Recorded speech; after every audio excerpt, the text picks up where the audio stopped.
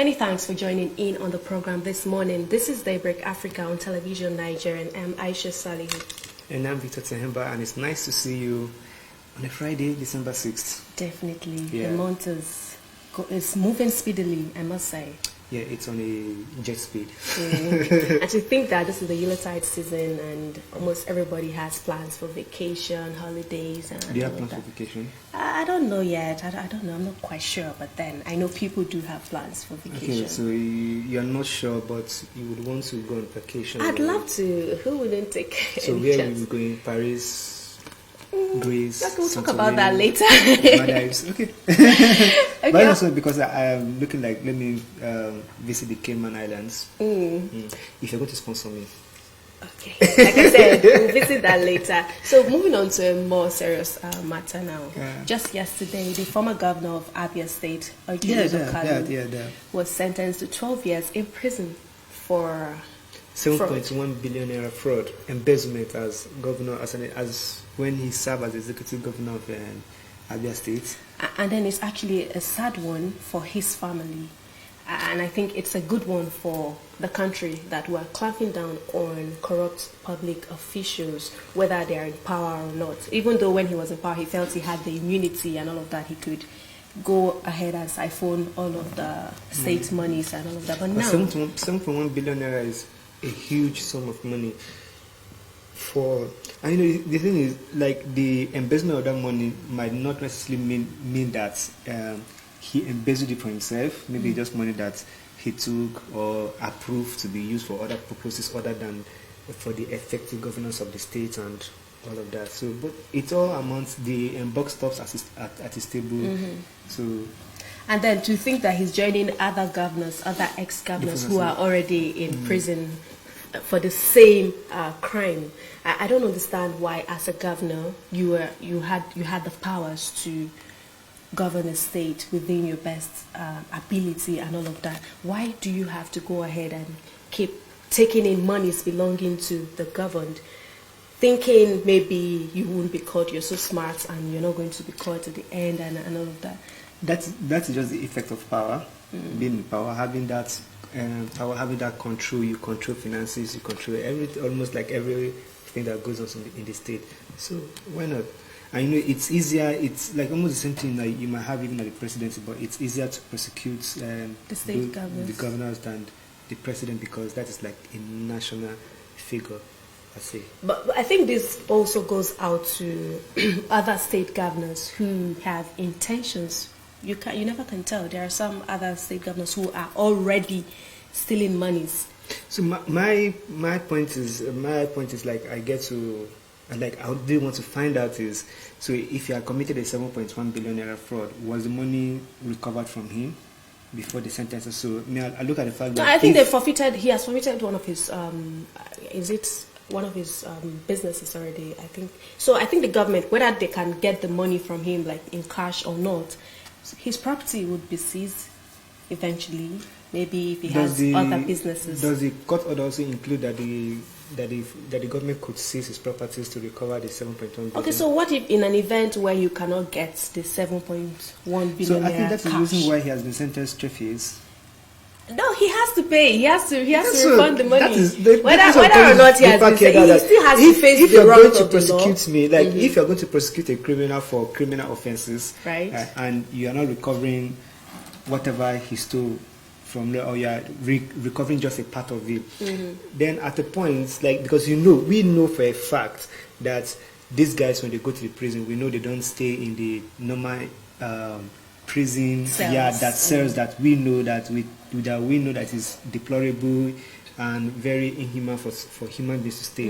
We have the 5-star treatment in it's more like you're taking them away from their luxurious homes to another place that is quite with the addition of just restriction of movement. Yeah, with that terminology, okay, we're in prison. But every other thing, their lifestyle continues, the way they enjoy, they could still stay in the prisons and still conduct businesses, receive business visitors, and do everything that it does. So, I look at the fact that if somebody commits a fraud of that magnitude, I'll be more concerned about recovering every single penny from you and then punish you for committing that yes, particular crime. Exactly. And then I think the citizens and indigenes of Abia State, from what from reports, are kind of excited about this development, because some of them, I think I was listening to the radio this morning, and a caller said,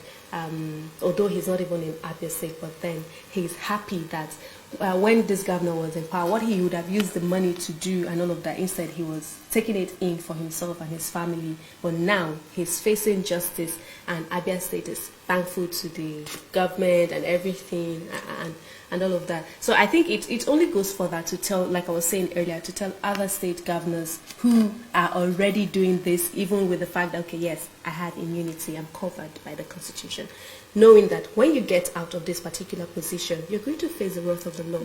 But does it really? Because at the end of the day, EFCC has had problems, corruption problem with almost every governor that has left the seat as governor, with the exception of maybe two governors, and I think those are governors from Lagos State. But then, like every other state, they've had problem with, like almost every ex-governor of that state. So once you leave, and then there are just allegations of corruption, and then some goes to a point, and then it just fizzles out. We know what happened to that's Danjuma, this Ngoje's case, and that one too at a point, and then it fizzles out. All cases were dropped. But then when you look at the cases of Jolin Yame, Joshua Dare, and now Orji Kalu, these were cases that started way before, like way in the time of Yaradua, Goodluck Jonathan regime. So it had come a long way. It's just the slow dispensation of justice that had taken you so long that 10 years after, we're still on the case, and then 10 years after, you're having justice for this. I think in line with that slow dispensation of justice, I think one of these days we're going to have to even have a particular segment where someone would have to come in to tell us why the country is still faced with this slow dispensation of justice. You see cases dragging for years, running to 20 to 15 to 20 years, and then it's still ongoing. I'm not an expert, but before we get that expert that can tell us, but I think that one other aspect that really contributes to this is the fact that we don't have specialized courts, which I think is what the president is planning to do now. Let's have specialized courts for corrupt cases, courts for kind of electoral offenses, matters, and all of that.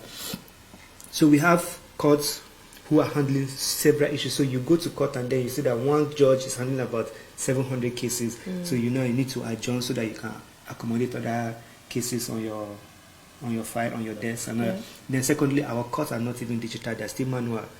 So understand? So sometimes you could even have an issue of lost case files and all that. So these are some of the things that slow down this process. And then again, you also look at the fact that the aunties of most of these people, they're always, so when a case comes, instead of facing the substance of the case, then they bring other fringe cases to delay the trial of the main case. Then they begin to question the competence of the courts, the license and jurisdiction of the courts to handle that case. When that is done, then they look at the competence of the judge, and then so they keep stalling, and then looking for medical leave to travel elsewhere, instead of let's face this. And so that also contributes. But I think when we have specialized courts, so when you look at what happens to election tribunal, then there's a specific time. They say in 180 days that nobody can go beyond that. You can't delay, you can't beat the system to go beyond 180 days. So in 180 days, we start getting results, and that is very fast. Right.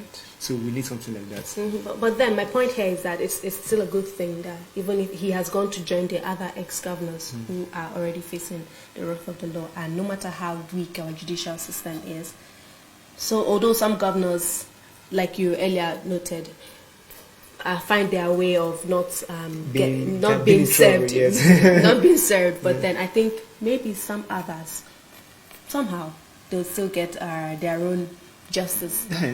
And then still in line with talking about court cases, and you would recall that the co-convener of the Revolution Now campaign, Omoyele Sowore, just yesterday was released by the Department of State Services finally they obeyed the court orders after over 100 days, 126 days in their custody. And then, okay, yesterday I was even showing you, I was talking about a video of a group of women who went to the Federal High Court. They stood in front of the Federal High Court. I think they were mothers or something, and they were almost not wearing yes, they were just in briefs and all that. Briefs and all of that, protesting his continued detention, asking for his release and all of that. And just moments after that, he was released. Yeah, so it's very good. It's very commendable that at last the DSS obeyed court orders, but then it is still a very serious cause of concern and worry that DSS will disobey court orders for that long. You know, that shows us impunity. That shows us disregard for the rule of law. That shows us that we are not really, or we are practicing a kind of democracy that allows authoritarianism, dictatorship in a less than democratic setting.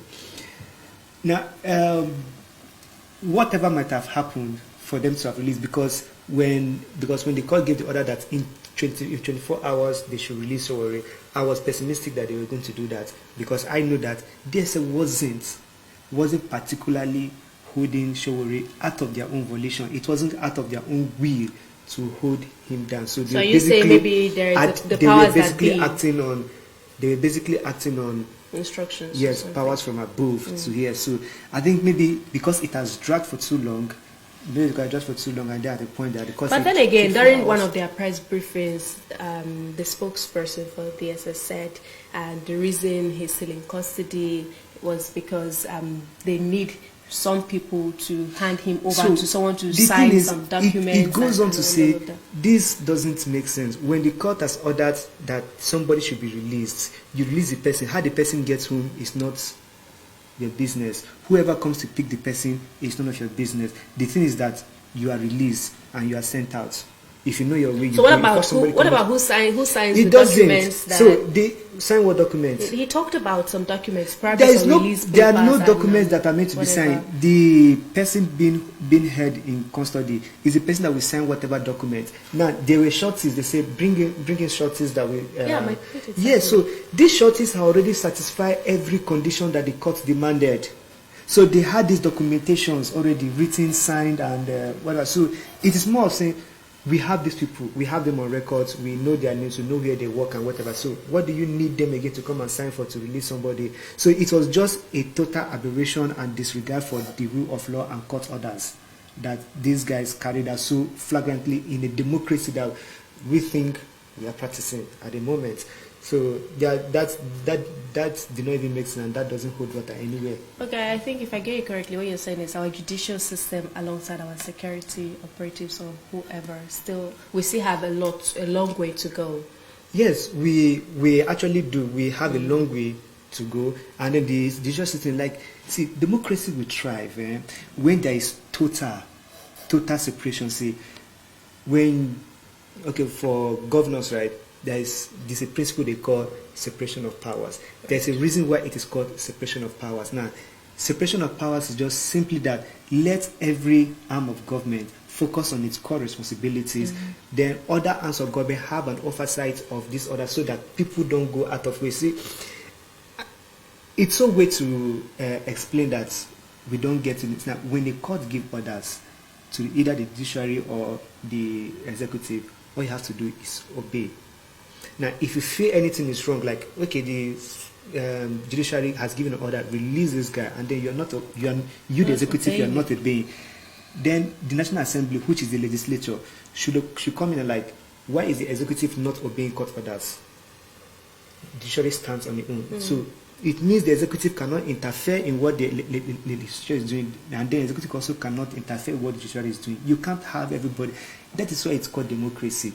Let's have everybody. So once the court give order, that is what brings sanity to the country. The court do this. Now, if even at that point the court has erred in saying release this man, you can release him and then at the same time go back to the same court, if not the same court, elsewhere court, and present a better argument and say the court erred. And that is why we also have appeals. Appeal courts. Yes, none of this. So we've seen cases whereby the court has ordered the release of somebody. Now, they go ahead and release that person, but before that person even walks out of the gate, they rearrest the person. But the bottom line is they have complied with the order. Now they arrest you for a different kind of offense, or for more offenses. But the thing is, the order has been complied, and that's what brings sanity to the system. Let people see that there is a clear separation of powers between the three arms of government. There is respect for rule of law, and people adhere to, court processes. And well, I think the long and short of all of this is, and the good thing about it is that he has eventually been released. Yes, regardless of all the issues surrounding it. It should also worry us that for 126 days somebody kept, and then this kind of flagrant disregard for court orders, it's a bad precedent. In Nigeria, you don't set bad precedents, because once you set bad precedents, the next person coming in will do the same thing, and then they will use you as a reference point and like, oh, but this person did it and then nothing happened, so why are you having issues with what happened? And then you having issues now with, like, you don't have the moral authority now to talk, because at the point you supported this illegality, and now you can't speak against the illegality that you supported or you kept quiet about. So in Nigeria, it's not a place to set bad precedents. Set good precedents instead. Okay, so on the note of setting good precedents, so for others to emulate, I think we still have other issues to talk about. But then, just before we get right into other issues, we will be going on a quick break. Daybreak Africa continues shortly.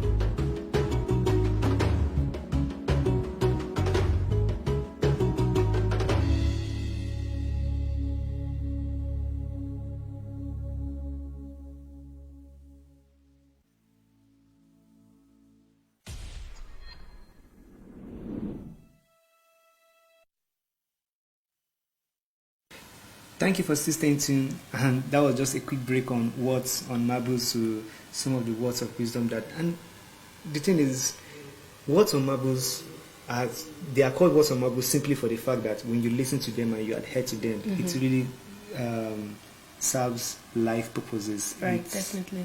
Yeah, like I was just saying one day that if you want your life to be better, then you need to be happy about every other thing that is around you, and then you get to the next level, whatever next level we're talking about. Okay, so moving on to another issue right now. We're still talking about court cases and all that. Now, the leader of Islamic Movement of Nigeria, just yesterday, the court also ordered that he be transferred to the prison in Kaduna State. Yeah, so to the best of my knowledge, which I can also stand to be corrected, was that the federal government had claimed that they have dropped all charges, or they are no longer prosecuting El Zazaki and his wife. That is the state government, Kaduna State government, that is now pursuing criminal proceedings against the two people. So it didn't make sense that while you have a case by the Kaduna State governor, then you'll be kept in prisons in Abuja.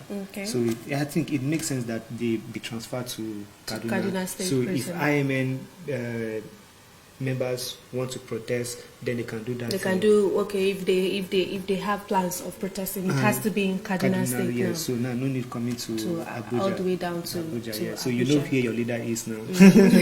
So I think that was pretty much in line. Okay, so I think one other matter we should actually talk about is the budget passage, which, if you ask me, I think you were talking about setting precedents earlier. It's a good one. Yes, that means we're going to run the cycle of January they have to set the cycle December. from 1st January to December 31st. Yes, and that is like a whole year. So it means that between the October and September, October, we should be having a 2020 budget. 2020 budget. Sorry, Right. 2021 budget being presented. Okay, by debated. September 2020. Yes, we should be having. So now that is something we want to look at. So those are kind of things that when we look at behind, and then we say, no, the Ninth Assembly did this, and then that's a good precedent. So you now try to keep up with that. So because that is like the standard, they have set a level for you. Right. Yeah. So you can't go below that. You should improve on that. But then we should also talk about the fact that the budget, I'd like to use the term budget pardon, the over 260 billion naira injected into the budget, although the Senate has come out to say that that was actually supported by the presidency, meaning whatever was added to the budget, the presidency is aware. It is not it is not padding per se. It's not even padding. It's just that is why sometimes it is an appropriation bill. So, and that's why there is scrutiny of the bill. People go and talk like, what's part of this bill? Yes. Yeah. So, the National Assembly, right? They have the right to remove certain items, and they have the right to include certain items that they feel should be missing. So that's why in these ministries they could take out some part and they say, no, you don't need this. They might cut this ministry's budget, right, and they maybe increase another ministry's budget. So I think it was more of that, like they infuse more items into the budget that amounted to 260 billion naira, which necessarily I don't think is budget padding. Budget padding will just be like the ones you try to smuggle through the back door and keep it there that you cannot defend. But these items that can be defended, and then you also know that the money is not coming to them. It will still be in the MDAs that were affected in that increment, so the money will be given. But before moving on to the 2020 budget, we still have to talk about the 2019 budget. I think that's what we're still using, right? So before we even start talking about 2020 budget, so how efficient has this 2019 budget been? I think that is what this Ministry of Finance will be giving us maybe before the end of this year. Because we need to know, is there a deficit? Is there something left? Is there something? So how do we balance it before moving on to the next budget? Will let us know that. So like I said, either this year or in the first quarter of next year, she should be able to let us know that. Provide the details of how the 2019 budget, how much was being implemented, and if there were deficit or surplus, like you are trying to find out. Okay, earlier in the program we talked about vacation and all of that, and you know how vacation goes. A good vacation, there is always, say, music.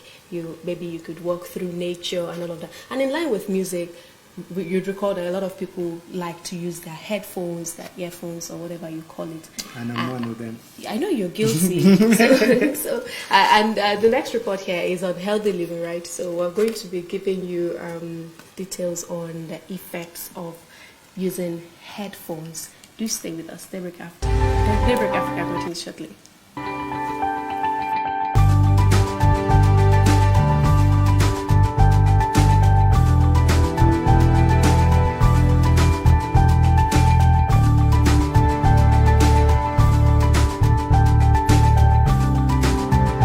The overall damaging cause of the ear are headphones through sounds. Being part of the gadget generation, we enjoy listening to our favorite music from our phones, MP3 players, laptops, phones, iPads, and lots more. It has become a part of our daily lives. But unfortunately, not all of us are aware of the harm. Once the damage is done, it may take several years before you begin experiencing the effects. Number 4, loud sounds can cause numbness in the ear. It can lead to temporary or permanent hearing impairments. Number 5, pain in the ears. It can be referred to a type of pain which may extend to the inner ear due to a poorly fitting headset. Number 6, dizziness.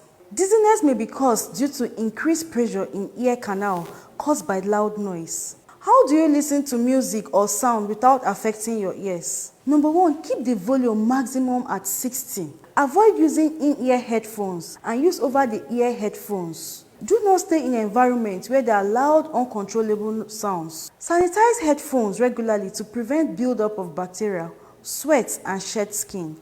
Purchase noise and cancelling headphones. Sometimes the pleasure we derive from doing certain dangerous things can get us into strange situations. There's nothing more important than good health. That's our principal capital asset, says Alan Spector. We have come to the end of today's episode. Thank you for staying with us and keep watching Television Nigerian.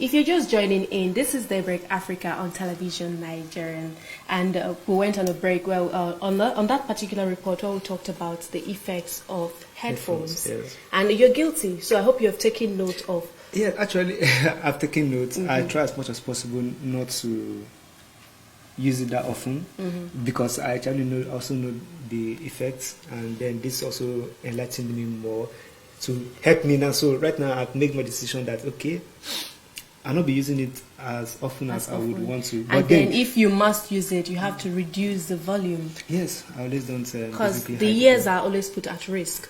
Some people, you'd see the caution saying, do not increase it, do not maybe surpass this particular limit. And then that's when they'll click. They'll say, yeah, of course, Go ahead, we want to. You know, sometimes music in your ears, you just want to block out the entire rest of the world and then just be in your zone yourself. So it's like, sometimes going out and I don't have my headphones with me, I feel incomplete, sort of, because sometimes I don't like the noise around. I just want to be listening to music. No, the thing is, headphones have actually come to help us. It has, I think, it has done more harm than good. Especially if you're considering your privacy. Maybe you want to listen to something alone. You don't want to disturb someone who's just like close by. So you have to use your headphone, and then do not disturb the rest of us. Yeah, exactly. If you're the one enjoying whatever you're enjoying, go ahead and enjoy it. Yes, but that is just how it's supposed to be. And you know, always I keep saying that this our generation of young people that we are now, we are going to have the highest number of when we get old, we are going to have the highest number of people with ear problems and eye problems because of what we are being exposed to right now. So a lot of young people, even the ladies, the guys, always with earpiece in their ears.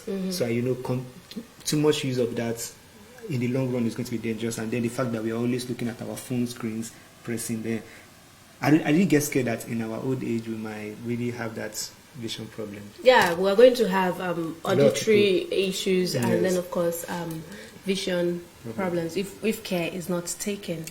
Hopefully, we should. I think that's where programs like this, stuff like this, we need to pay attention. Create to awareness. Yes. Just so for those who do not know, at least they get to be informed that okay, as much as this is helpful to you, it also has effect. It's damaging your health. Yes, exactly. But then again, when you just look at the fact that then every other thing seems to be harmful to the system, so sometimes you don't even know what to avoid. How much? Because it's like. It's mostly like everything. Sometimes when you even like, is there anything that you do that doesn't have a negative effect on your health? Like one part of it, it's like almost everything. So sometimes you can't even be too careful. Right. Okay, so right. This is still Daybreak Africa, and up next is our newspaper review segment, where we'll take you through the major stories on our dailies this morning. Please stay with us. Daybreak Africa continues in a moment.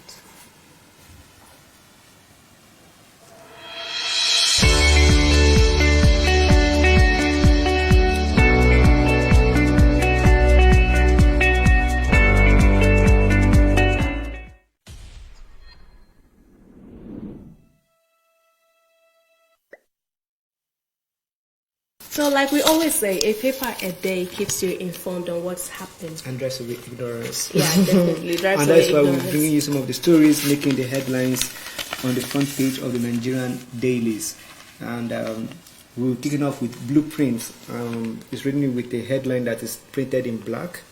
I say 17.6 billion naira fraud. Tears as Kalu joins Darie Inyame in jail. Begs warders, don't handcuff me. Says 2023, here we come. Sarah orders hate judgment. Mixed reactions in Abia. Judgment can't stand. This is from the Lego team. More of these stories you find inside the Blueprint newspaper. And picture story here is that of the Air Officer Commanding Special Operations Command Nigerian Air Force Vice Marshal James Kwani, Chief of Air Staff Air Marshal Sadiq Abubakar, Ajalaye of Ipetu Ijesha, Oba Adeleke Agomibiade Oke 3, and representative of Osun State Governor Mr. Beyega Alabi observed Nigeria Air Force Special Forces during a simulation exercise on counterinsurgency, nicknamed exercise Buje Ekun at Ipetu Ijesha in Osun yesterday. And this photo is courtesy of the National News Agency of Nigeria. Now, below the picture story, NAS passes 2020 budget, estimates up by 264 billion naira, fixes January 1 to December 31 implementation cycle. Get details of that on page 6. And on the Kano Emirates, Kanduje signs new Emirates bill into law, and that is on page 32. And below the Blueprint masthead, 135 days after DSS obeys court order, releases Sowore. INEC to hold 28 court-ordered rerun polls January 25th, and that is on page 14. And beside that is equity market shares 12 billion naira. Page 33 has that details. NCC telcos adamant over data price reduction. Something when we came out, this was the news that most Nigerians celebrated, like, okay, data is going to be cheaper this time, and then it seems now like they're refusing, they're adamant over. Nothing has happened. You know, the minister gave 5 days, like within 5 days they should come up with lesson modalities of how to reduce the data price, but then it's been months after that. and still so the data is still expensive. Yeah. Okay, so let's move on very quickly to the next paper, which is the Nigerian pilot, with the major headline: Orji Kalu whips as court jails him 12 years over 7.65 billion naira fraud. Don't handcuff me in public, he begs prison warders. Forfeits Slok Nigeria Limited to federal government. Judgment litmus test for Buhari's anti-graft war, CUPP. Well, full details of all of these stories is continued on page 8. The picture story here is that of Chief of Air Staff Air Marshal Sadiq Abubakar explaining a point on air operations to the Deputy Governor of Osun State, Mr. Daybreak Alabi, who represented the governor at the Nigerian Air Force Command Counter-Terrorism Simulation Exercise, nicknamed Exercise Buje Ekun, held at Ipetu Ijesha in Osun State just yesterday. And beneath that, the DSS beats court ultimatum, frees Sowore Bakare. Details of that story is continued on page 6. Atiku decries $100 billion annual foreign school fees by wealthy Nigerians. More of that is continued on page 5. Impunity makes fight against rape cases difficult, says Fayemi. That's the governor of Ekiti State. More of that is continued on page 12. Reduce checkpoints on federal highways, Senate tells Inspector General of Police. Details of that story is continued on page 5. Ondo Reps members say military denied 10 indigents promotion. Details of that is continued on page 6. Court orders transfer of El Zaki wife from DSS custody. More of that is continued on page 5. INEC to hold all court-ordered rerun elections in January 2020. Full details of that is on page 11. And beneath the masthead of the Nigerian pilot is Buhari asked to explain expenditure of $16 billion for fighting Boko Haram. More of that is continued on page 7 of the paper. 2023 groups begin mobilization for president of Igbo extraction, another for Bola Tinubu. Well, we're still talking about 2023 elections, and for more of this story is continued 2019. on page 20. Yeah, we're in 2019, we're talking about 2023. But more of this story is continued on page 7.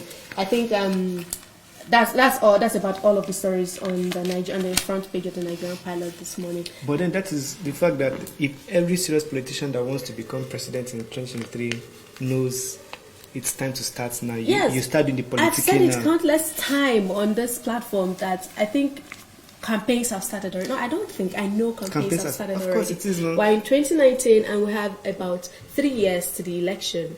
And now campaigns have started already. Yeah, so a lot of people are already traveling the length and breadth of the country, trying to gather support and all of, ahead of 2023. And So we're talking about the Southeasterners clamoring support for the Igbo presidency in 2023. We're also talking about the Southwest trying to bring Bola Tinubu. Well, anything is possible in Nigeria. But do you, Anything putting all realities into consideration in Nigeria, do you foresee it happening? We know anything is possible, but as an individual, do you see it happening?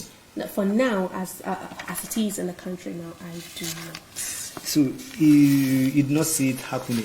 I mean, to me, you know what? That actually brings me a very cause of concern, a source of worry, because I don't think that's even a discussion. That's not even a debate that we are supposed to be having in this country, whether somebody from a particular part of the country is going to produce president, right? It should be more of, can this person become president, and not from one particular area. So I don't know if you get what I'm saying. I get your point. So it should be more of competency, yes, not about this region. Yeah. But then again, it also goes further to explain the fact that some region feel, or that particular region feels neglected, like the country is in a way shying away from. So since we're zoning it, it's more like it was zoning it. So why is it not getting to them? Each time I get that, like they feel kind of neglected, I always like, is it a feeling or a fact? Because I would like to know the difference. I would like to see, like, be presented with the empiricals for me to know if it's actually a feeling. Because if it's a feeling, then it might be a wrong feeling and a erroneous feeling. But if it's a fact, then let's see what's really let them bring it to the table. So let us know. Yes, and all of that. But then we'll go. But I've not heard talks, heard people discuss a lot of it. And sometimes when you even go on social media and then you want to try to listen on all social media platforms, you see the kind of disconnect. So, like, we are very far away from being a one people in Nigeria. Like, identify as one people. So I think it's more of the times that we come out to speak a lot of English to say one people in this Labour nation. We are very, very far away from that, from the realities of ground on what I see, the distrust amongst some particular ethnic groups, distrust amongst people. We are too divided. Just, it wasn't a few days ago we were discussing about the fact that some people of certain religions who marry some people of other religions, simply for the fact that there is difference in their faith, their religion. Their and then I'm like, how does my religion makes me less a human being from the person you're going to marry from your own religion? That is not a conversation we are even supposed to be having. It's more of like, will this person make a good partner for me or not, and not for the fact that you are deciding that no, this person will not make a good partner for me because of it's religion. not from He doesn't practice my faith. And then again, we now look at also the fact that no, this one speaks this language that is different from mine. What if it? So I think if I get it correctly, what you're saying is, as much as we will feign we're one entity, yes, we're indivisible element and all of that, we're far from it. We are very far from it. Because religion, ethnicity, and all of these other factors have even come to divide us. That exacerbates the situation. And then, like you also said the other time, what was that thing you said? You said one of the way forward ways of solving a problem is accepting this problem, and we are not accepting that we are divided people yet. So we just keep to ourselves that our strength is in our diversity. Acknowledges this diversity. Let's look at how to harness this diversity. Let's agree for a fact and be truthful to ourselves that we are not united in any way. We are not even 1 inch close to being a united people. We hope for a better Nigeria. So let's move on to the next paper. All right. So the next paper for the day is the Nigerian Blueprint. And the Nigerian Leadership, the Friday edition of the Leadership newspaper. And here's NAS passes harmonized budget of 10.59 trillion naira, defense 264 billion naira increase, pegs oil price at $57 per barrel, Nigerians beneficiaries of early budget passage. This is from the APC, and full details of these stories you will get on page 4. Picture story there is that of the governor of Jigawa, Niger and Kebbi State arriving for the APC governors meeting with Muhammadu Buhari at the presidential villa yesterday in Abuja. Court jails Orji Kalu 12 years for 7.1 billion naira fraud. This is the story that has made the front page of almost every headline. It's a wonderful news for some Nigerians. And that story is continued on page 5. Ezasaki wife transferred to Kaduna prison. Full details on page 51. And something here, still on rice, Nigeria to add rice to export commodities. And that is on page 15. Atiku gets 14 days to file amended defense to PMB's libel suit. And that is on page 5. And that is all on the front page of the Leadership newspaper, the Friday edition of Leadership newspaper. And I think that paper already carries the stories that we read from the other paper. But Yes, let's move on very quickly to the next paper, which is the Daily Trust, with the major headline here, Fraud. Kalu joins Dariye Nyame in prison. Same fate awaits other looters, presidency. And that story is continued on page 5 of the Daily Trust. And the picture story here is that of the former Abia State Governor Orji Kalu being led away by officials of the Nigerian Correctional Service shortly after his sentence to 12 years imprisonment by Justice Mohammed Idris of the Federal High Court in Lagos yesterday. And beneath that, Edo Assembly will obey lawful resolution on 14 members elect, INEC. More of that is continued on page 14. Court orders El Zakzaki moved to Kaduna Correctional Center. Page 5 has details of that story. After 124 days, DSS releases Sowore. That story is continued on page 4. And beneath the masthead of the Daily Trust, National Assembly hikes own allocation, passes 2020 budget. More of that is continued on page 7. Ganduje signs new Emirates bill. Page 6 has details of that story. Stock market loses 12 billion naira. That's a huge loss, but more of that is continued on page 16. And I think that's about all we can take on the front page of the Daily Trust this morning. And then we go to the People's Daily and see what they have here.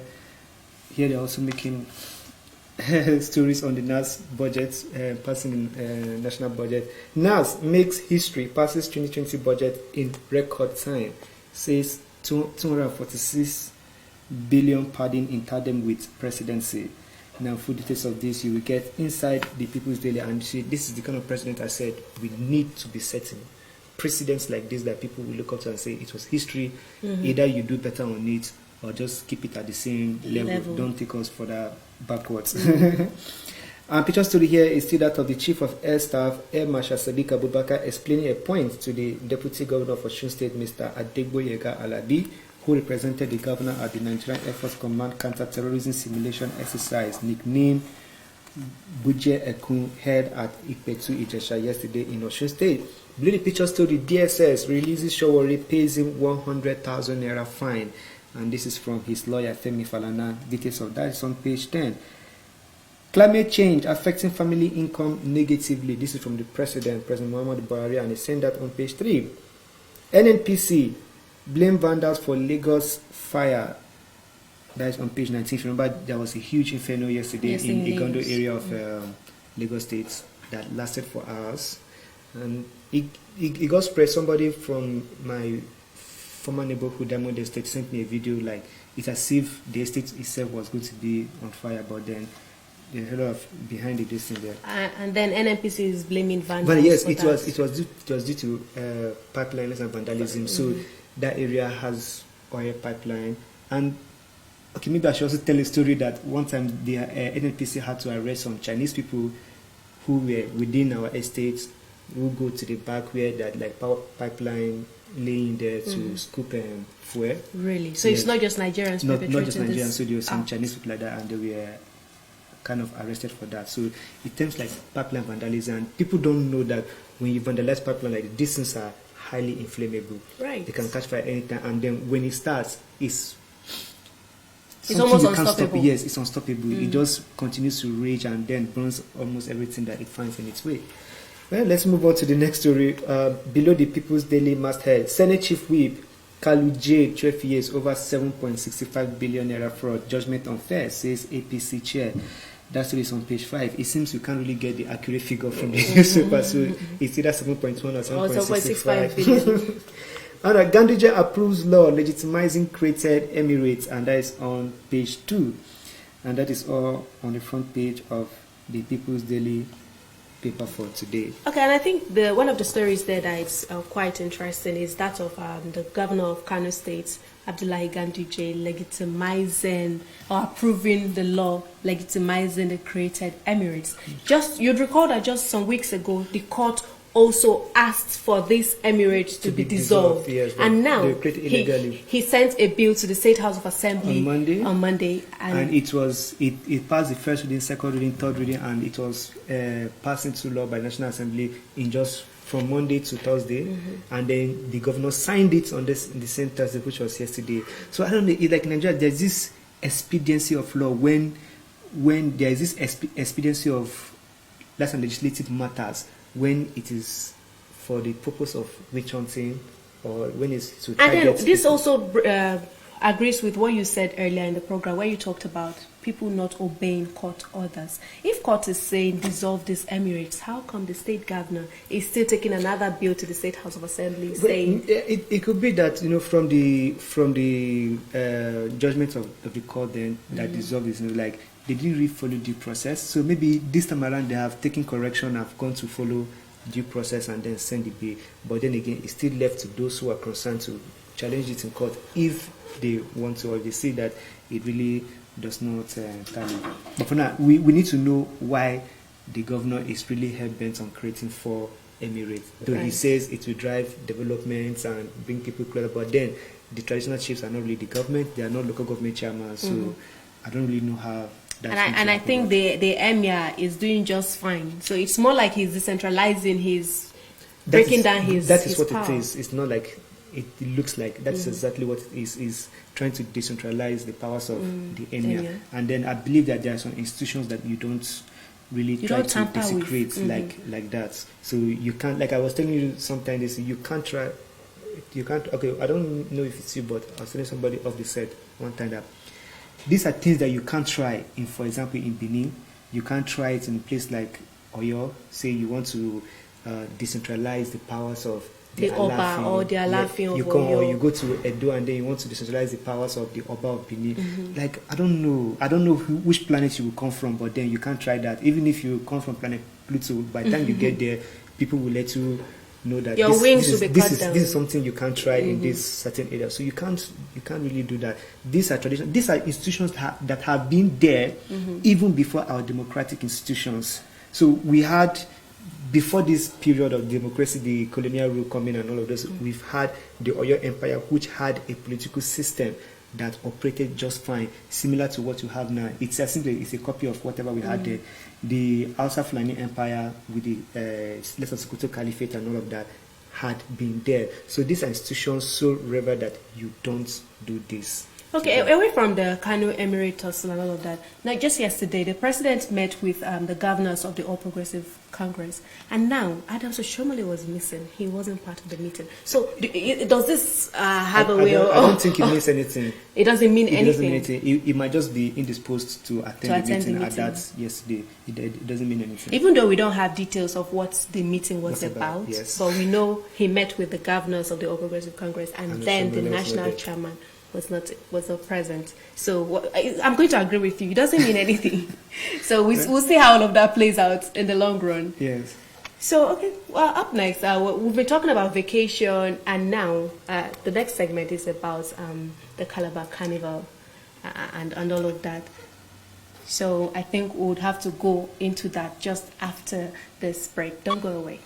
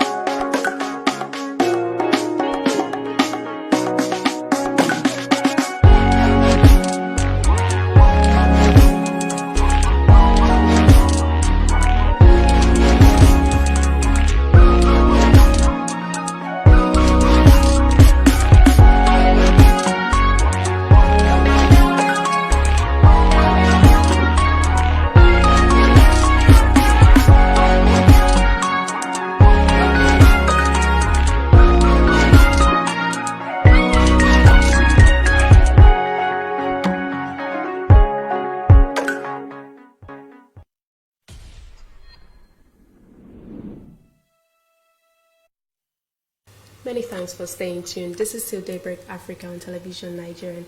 And just before we went on that break, we talked about Vacation? Yeah, vacation, and then this is actually a good time to actually talk about the Calabar Carnival. Have you ever been? Yeah, of course. You know, it happens December period. Yes, been to one in 2013. Okay. Yes. So how was the experience? It was a very fantastic experience. Like, every day I wake up, like we go to the street and then there are lots of people who are just, one thing about me is I love seeing happy people. I just love seeing people being happy and just living their lives, and waking up every morning and then I'm not seeing any one single face that is frowning or that is angry. So it's like everybody is in that joyous mood, celebrating, dancing in the streets. Then you can't help it but to also join into the whole group and dance, even if you're not wearing the costume, but you just have a fun time. Definitely. In the spirit of celebration, yes. Amazing Africa is up next with Calabar Carnival. Daybreak Africa begins shortly.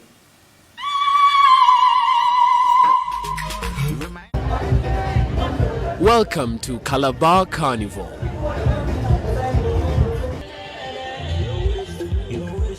In Nigeria's Cross River State, the carnival has become a claim to fame, and residents boast that it is Africa's biggest street party.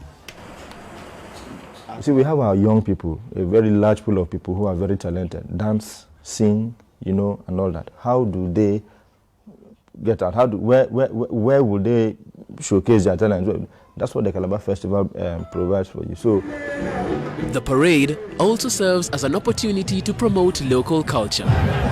It is orchestrated through collaboration between the state government, entrepreneurs, and ordinary citizens.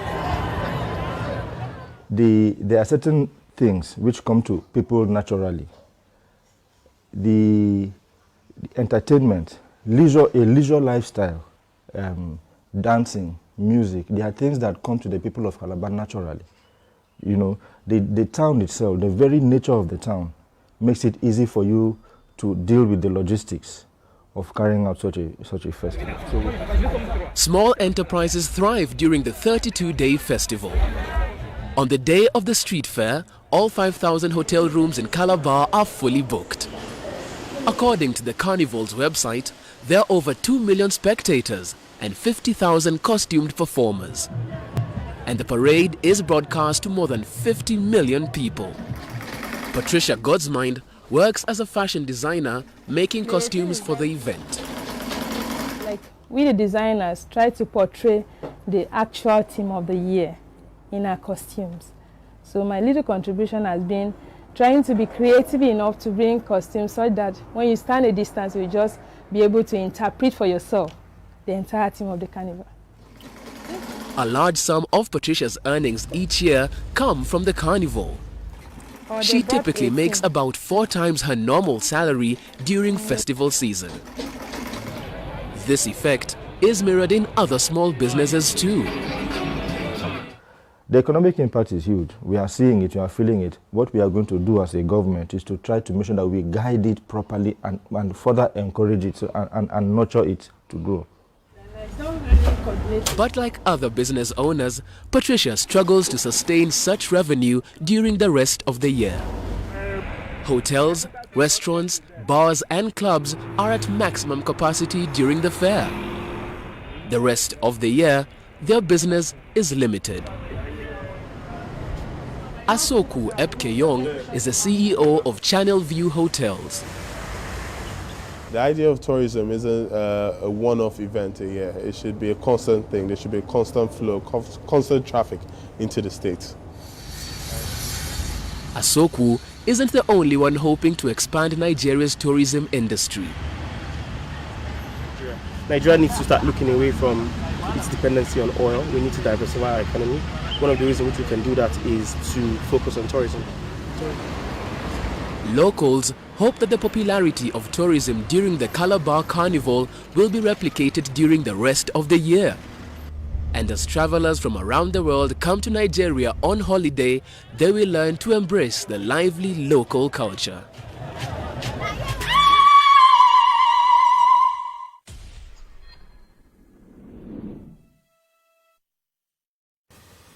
Africa is indeed amazing. Of course, we are amazing. I saw the culture, the parade, the dance, everything. It's indeed beautiful. And then the good part of it is that it has a way of creating revenue for the state. Yes, definitely. That's a lot of time that people, in fact, there's no single business you're doing at that moment that you won't make money during that period. So even if you have a bar, at the end of the day, when people have song and dance, they will come to your bar, rest up. Hotels get like you rightly heard there, get fully booked.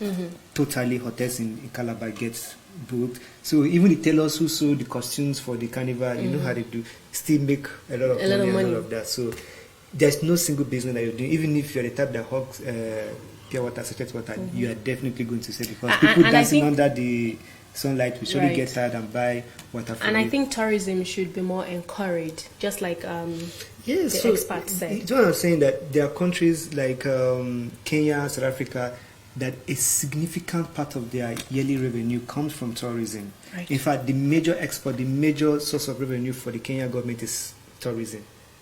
So it's something that we can focus on, and we have so many sites that we can focus on as tourism, develop as lesson tourist site, and then people will visit the Yankari Game Reserve. Is it the Olumorog? Is it Obudu Cattle Run? Look at this Calabar Carnival. Just hold on to it. So there's a whole lot. In fact, just has a nice weather that can also be crafted into like where tourists can easily visit. Like you are visiting in Africa, and then you are having like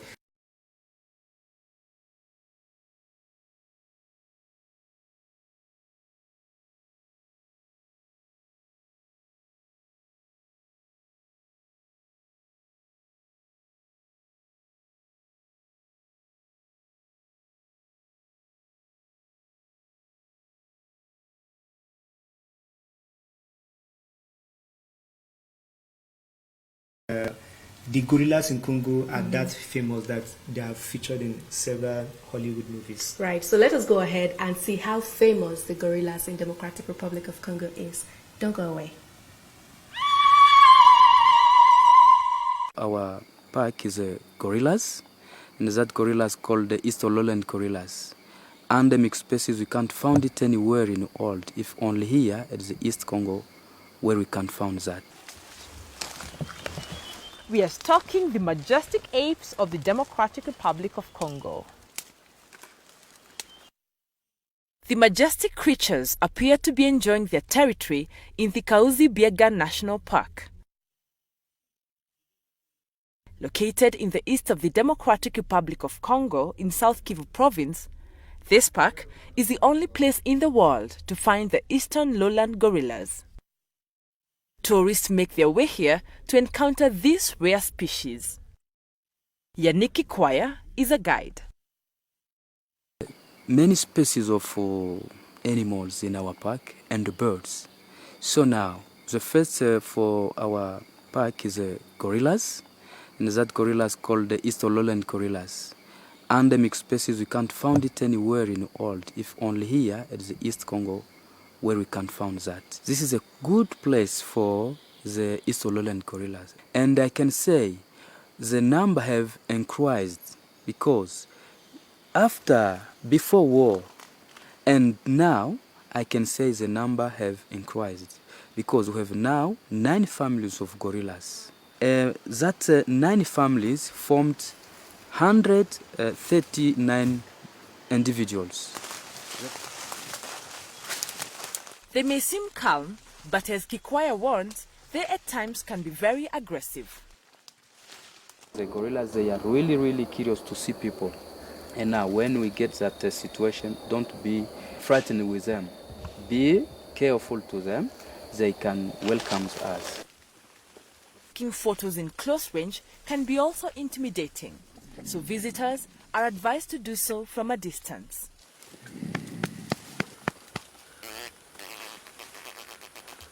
The eastern gorillas are very family-oriented. They live in groups and each has a specific territory in the park. In this area, Kikwaya bumps into the Chimanuka family.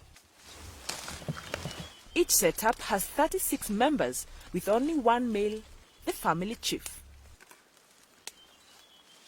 These curious primates can weigh up to 250 kilograms and growing as tall as 6 feet. Females are smaller and weigh up to 110 kilograms. They gain maturity at the age of 10. Each gives birth only once every 4 years. Infants are nursed for about 3 years before becoming independent.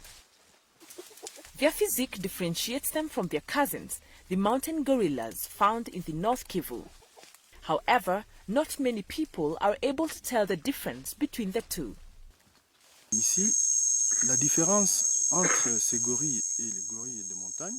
Lowland gorillas and mountain gorillas found in Rwanda, Virungu and Uganda is that mountain gorillas have more hair than lowland gorillas.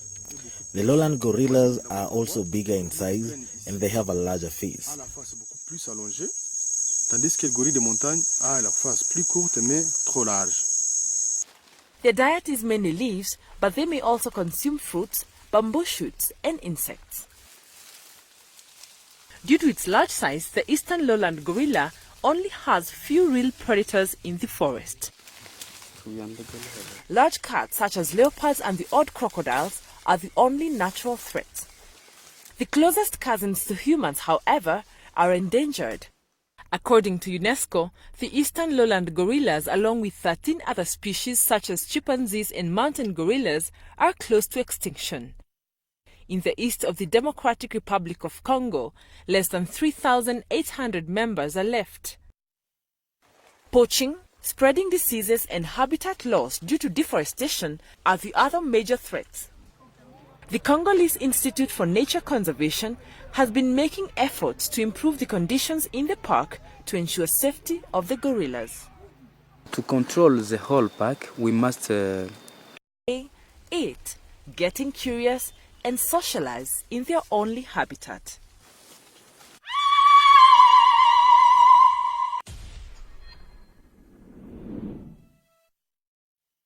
The amazing gorillas of DR Congo. Wildlife conservation is indeed amazing. Really, really, that's amazing. I didn't even know we had mountain gorillas and the lowland gorillas. Okay. And then to think that they actually make money from this. I learned the locals pay $5 and then the foreigners pay over $300. But that's quite high. $350 per entry for foreigners. Why? Is it because they're foreigners? Definitely. So if you're coming to my park, if you're coming to my nation's park to watch my wildlife and to see how... But I don't think there should be price disparity.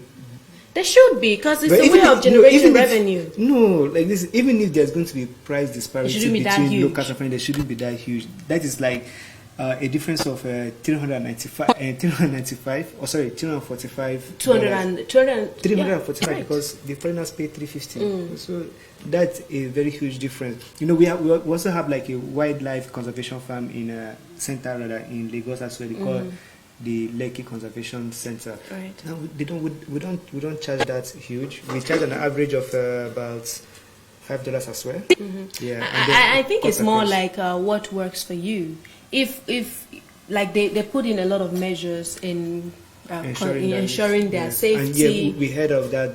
Ensure their safety and improve their conditions so that so because they are the risk of extinction and then poaching and then even maintaining their natural habitat and all of that. So I think it's cost intensive, hence foreigners have to pay more than the locals. Yeah, okay then.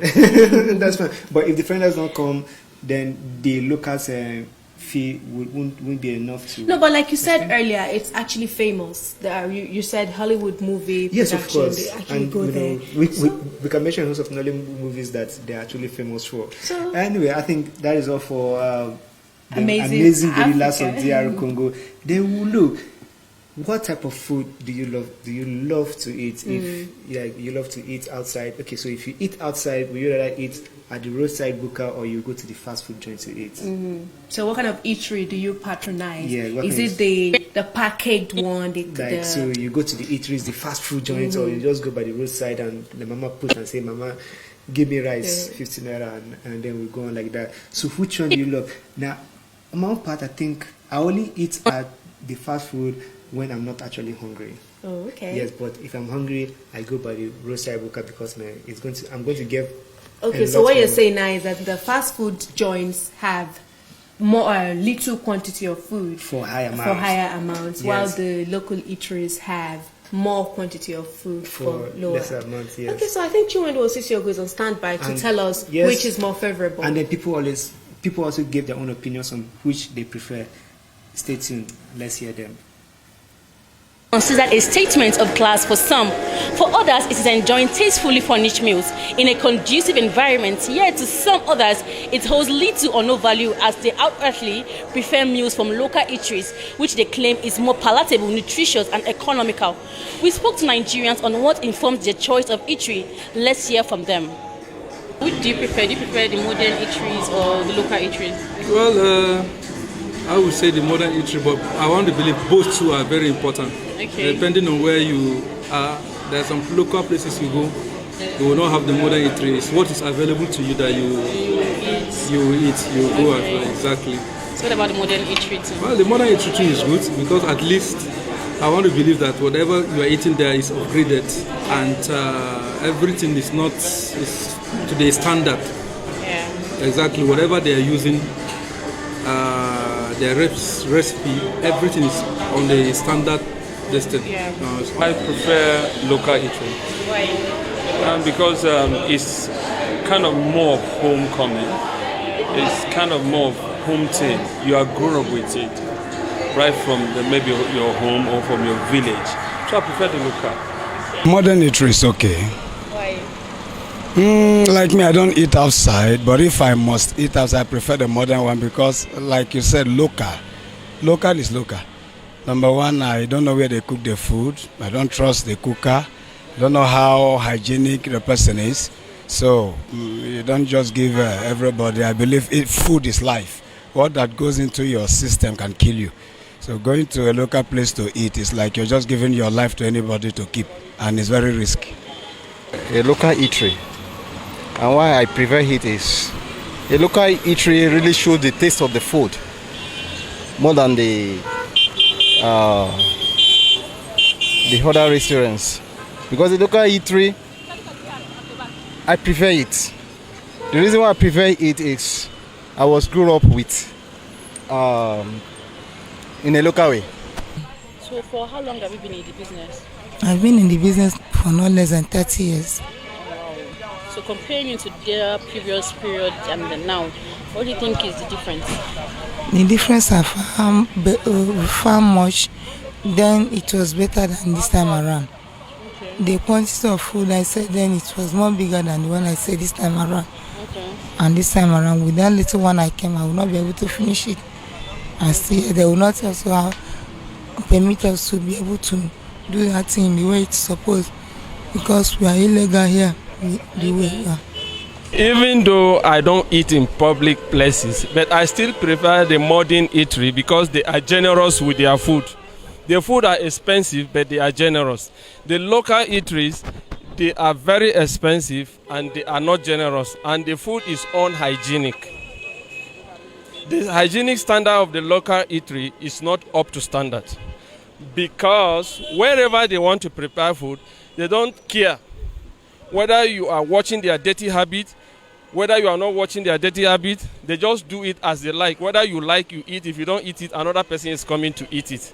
You've heard the views of Nigerians. Some prefer the local eatery, while some prefer the modern eateries. As for me, I prefer anything that is suitable for my taste, now. Okay, that's the much we have for you today on Business News. I am Chiwendo Osisio. Thanks for watching.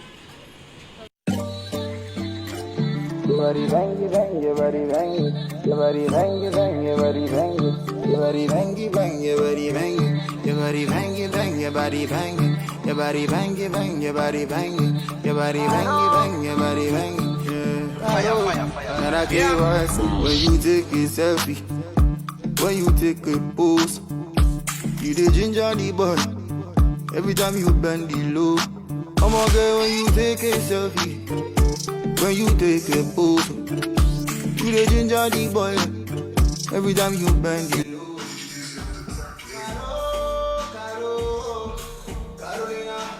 Want to shoot a dope music video at 50% discount? 50% discount? Yeah, 50% discount. Bougie down to Television Nigerian with world-class equipment and a badass expert crew. Oga, face your camera now. Shh. Continue. Where was I? Everything extra. Carolina, you bad. Hurry up.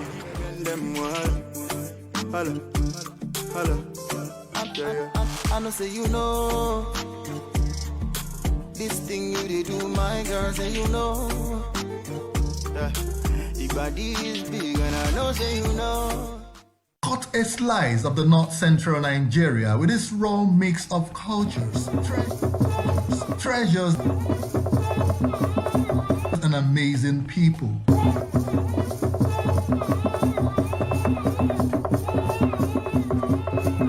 Based in the vibrant glory of the beauty of nature with striking landscapes. And that's the best from agriculture, commerce and entrepreneurship. Put in a mix of local politics and governance from a resourceful people with amazing lifestyles, and you are right in the center of the northern Nigeria.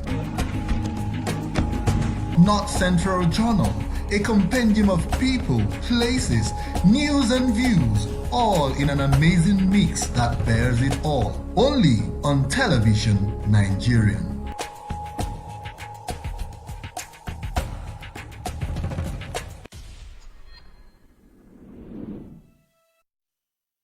Welcome back to the program. Chiwedu Osisiogo took us to the streets where Nigerians had to weigh in on whether it's modern eateries or local eateries. You stated their preference, whether they want it local. But I think, as for me, just like one of the people that was interviewed said, he said the local eateries, some of them do not even really care about hygiene.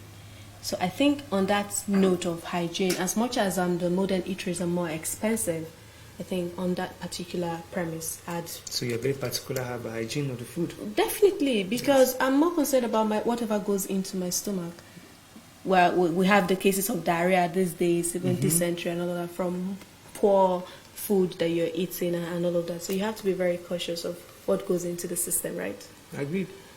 So you said local eatery works for you. Yes, it does work for me. So you don't care about hygiene. Yeah. You don't care about their hygiene. Of course. Local eateries also have what do you call it, levels, if you want to put it that way. So definitely you let's go to the one that I know at least they give you quality with clean hygiene and all of that. So it's not like basically anyone that doesn't do it. No. Okay, and I think that's about the size of today's package of Daybreak Africa.